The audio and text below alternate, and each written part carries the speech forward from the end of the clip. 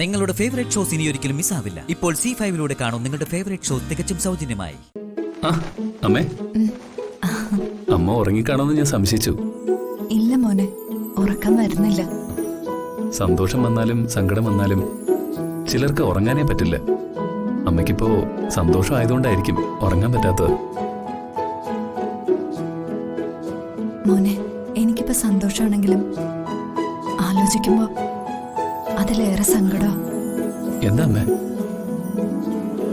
അതെന്താന്ന് വെച്ചാ മീനാക്ഷി എന്റെ ജീവിതത്തിലേക്ക് കടന്നു വന്നിട്ട് ഏറെ നാളുകളായിട്ടില്ല. ഒരു മകൾക്ക് പകർന്നു കൊടുക്കേണ്ട സ്നേഹവാത്സല്യങ്ങൾ എനിക്കവൾക്ക് കൊടുക്കാൻ കഴിഞ്ഞിട്ടില്ല. അവളുടെ സ്നേഹം എനിക്കും ഏറെ അനുഭവിക്കാൻ കഴിഞ്ഞിട്ടില്ല.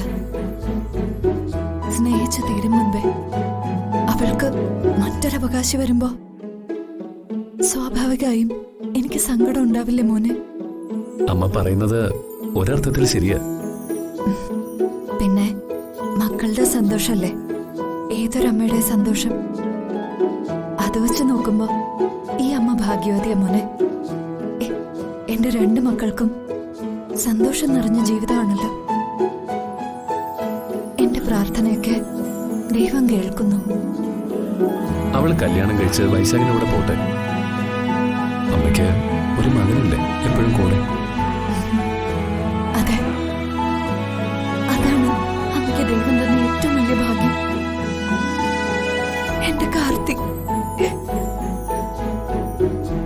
അമ്മയുടെ മനസ്സൊന്നിടറിയാൽ, അമ്മയുടെ കണ്ണൊന്ന് നനഞ്ഞാൽ ആ നിമിഷം അമ്മയുടെ മുന്നിലെത്തുന്ന എന്റെ പൊന്നുമോൻ.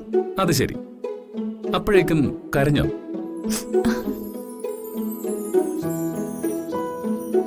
ഇനി എനിക്കൊരു മഹാഭാഗ്യം വരുന്നു. അമ്മ അച്ഛമ്മയാവുക.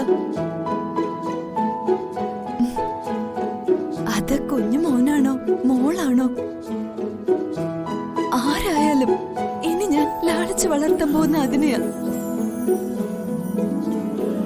നിന്നെ പാടി ഉറക്കിയ താരാട്ടുകൾ അമ്മയുടെ മനസ്സിലിങ്ങനെ ഈണമായി ഒഴുകുക.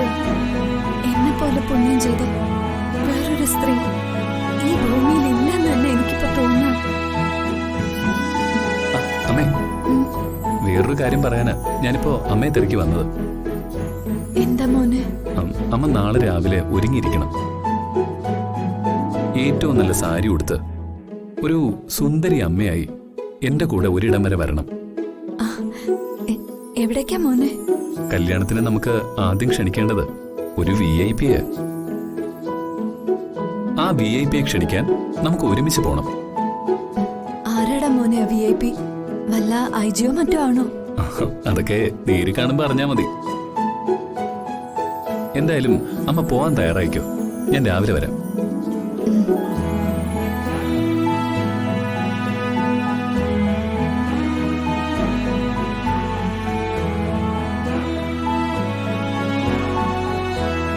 ഡൗൺലോഡ് ചെയ്യൂ C5 ആപ്പ്. കാണൂ എല്ലാ എപ്പിസോഡുകളും സൗജന്യമായി.